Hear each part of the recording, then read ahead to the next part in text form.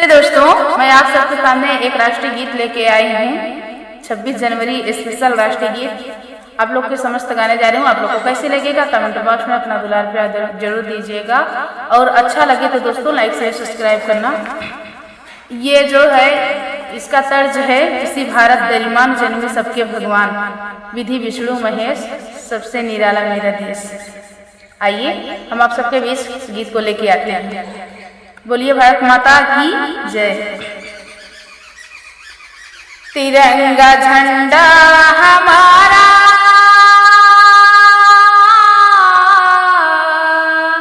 तिरंगा झंडा हमारा, लहरे गगन में सितारा राखे गौरव महान। जय जय जवान जय किसान, तिरंगा झंडा हमारा, लहरे गगन में सितारा राखे गौरव महान। जय जय जवान जय किसान। पहला रंग है केसरिया, मांगे खुनवा की धरिया, मांगे खुनवा की धरिया। पहला रंग है केसरिया, मांगे खुनवा की धरिया, मांगे खुनवा की धरिया। देश भक्त शूरवीर,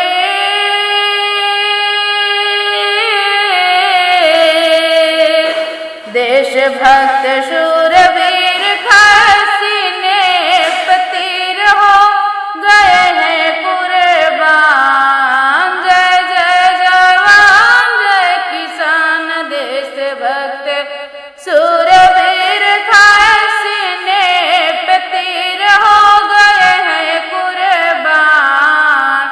जय जय जवान जय किसान। दूजा रंग है सफेद, रखे आपस में न भेद, देता शांति का संदेश। दूजा रंग है सफेद, रखे आपस में न भेद, देता शांति का संदेश। रखे एकता समान,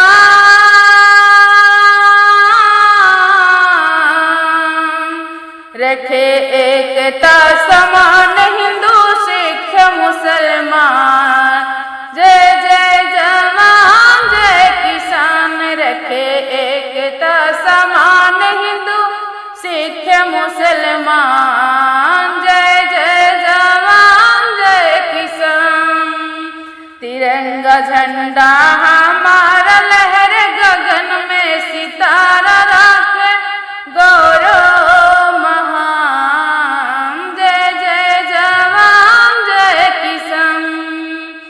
हरा रंग हरियाली, खुशहाल चरोर, खुशहाल चरोर। हरा रंग हरियाली, खुशहाल चरोर, खुशहाल चरोर। हरा भरा रहे देश,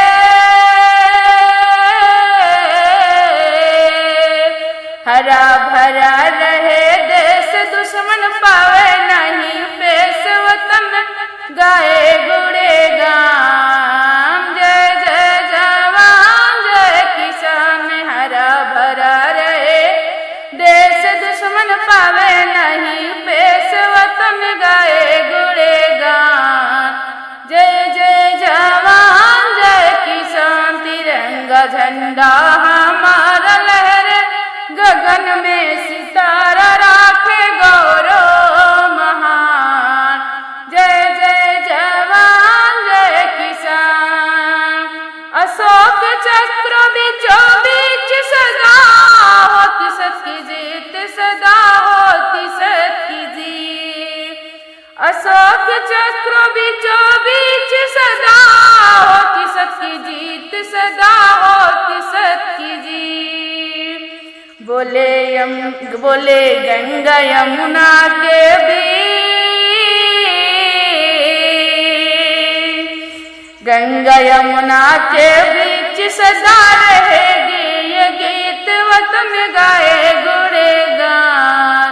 जय जय जवान जय किसान, यमुना गंगा के बीच सदा रहेगी ये गीत वतन गाए गुणगान। जय जय जवान जय किसान, तिरंगा झंडा हमारा लहरे गगन में, सितारा राख गौरव महान।